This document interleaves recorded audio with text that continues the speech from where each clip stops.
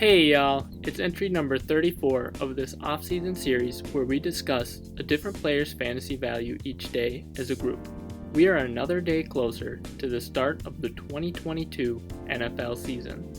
Each day we'll drop a name, go through some positives and some concerns of their fantasy profile, and then I'll give my personal opinion at the end. Today's discussion will be on Elijah Moore, wide receiver, New York Jets. We'll start with the positives with Elijah Moore's fantasy profile, a tale of two halves. Elijah Moore's first part of the year was significantly different than the second half of the year. In his first 5 NFL games, Moore had 9 receptions on 26 targets for 79 receiving yards and 0 receiving touchdowns. In his next 6 games, Moore had 34 receptions on 51 targets for 459 receiving yards and 5 receiving touchdowns according to Pro Football Reference. Next up for positives is his competition for targets. The Jets didn't have a single player with over 550 receiving yards during the 2021 season according to Pro Football Reference, and the top pass-catching role is wide open for 2022.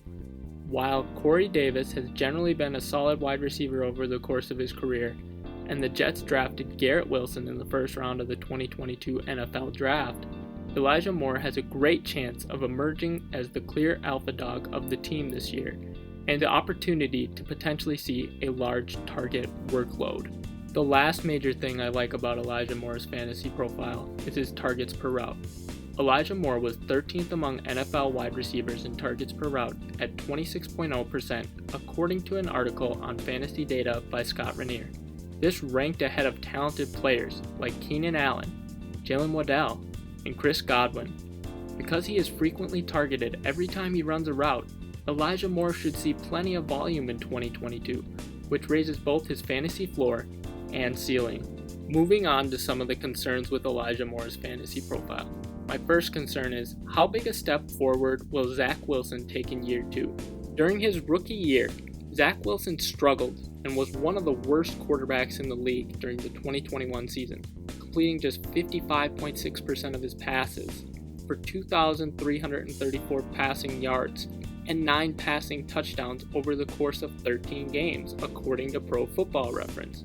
For reference, the NFL league average in 2021 was 34.4 passing attempts, 244.13 passing yards, and 1.54 passing touchdowns per game. While it is very likely that he improves upon these numbers, since there's really nowhere to go but up, even if he does make some improvements, he's clearly got a huge jump to make before his numbers are in line with a league average quarterback. If Wilson doesn't get into the same ballpark as the league average NFL QB in 2022, it will be more difficult for Elijah Moore to be fantasy relevant this year. The next concern with Elijah Moore's fantasy profile is that Garrett Wilson is in the mix now. While the competition for the lead pass-catching role on the Jets is wide open, the team added a new challenger for the role in first-round draft pick Garrett Wilson. As we talked about in the entry on Garrett Wilson earlier in the offseason, during his junior year at Ohio State, Wilson put up 70 receptions, 1,058 receiving yards, and 12 receiving touchdowns in just 11 games according to Sports Reference.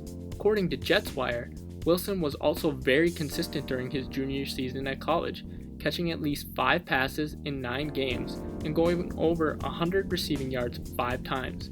He was also the first receiver in Ohio State history to have 4 straight games with at least 100 receiving yards.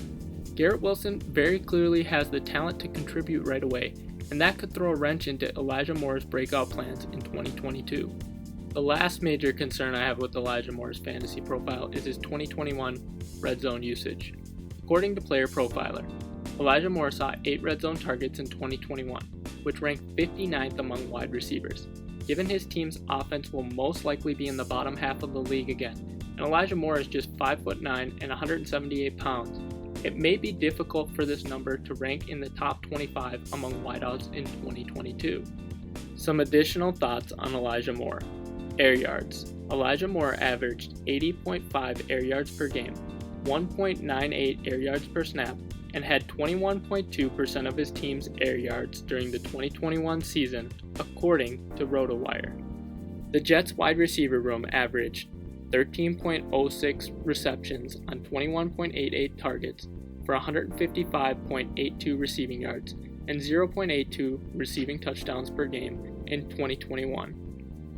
In half PPR formats, Elijah Moore had 3 out of 11 games with 0 to 5 fantasy points, 3 out of 11 games with 5 to 10 fantasy points, 2 out of 11 games with 10 to 15 fantasy points, 1 out of 11 games with 15 to 20 fantasy points, and 2 out of 11 games with over 20 fantasy points during the 2021 season, according to fantasy data. Reliable hands. According to Pro Football Focus, Elijah Moore had the lowest drop rate among SEC wide receivers during the 2020 college football season. In his career, he only had 10 drops on 200 career catchable targets. College production. Elijah Moore was dominant his junior year of college, putting up a stat line of 86 receptions for 1,193 receiving yards and 8 receiving touchdowns in just 8 games for Ole Miss. He put up great numbers and flashed big playability at Ole Miss, which played a big factor in him being the second pick of the second round in the 2021 NFL Draft. Ole Miss has recently had a couple of high-end wide receivers come out of their program. A.J. Brown, the 51st pick in the 2019 NFL Draft, and DK Metcalf, the 64th overall pick in the 2019 NFL Draft. Could Elijah Moore be the next former Ole Miss wide receiver to break out? Personal opinion. As of late June, Elijah Moore's ADP was WR38, about pick 93 overall on ESPN, and WR33, about pick 92 overall on Yahoo. I like him quite a bit at this price. Moore flashed his upside in the last 6 games he's played, and his targets per route percentage being among many of the top wide receivers in the league make me think that he's legit and not just a flash in the pan. There's not a lot of risk to draft him at his current draft price, since it's in the mid to late rounds, and he's got a great chance to be another successful Ole Miss wideout in the NFL. I think he will be at least a flex option for the 2022 season with upside for more.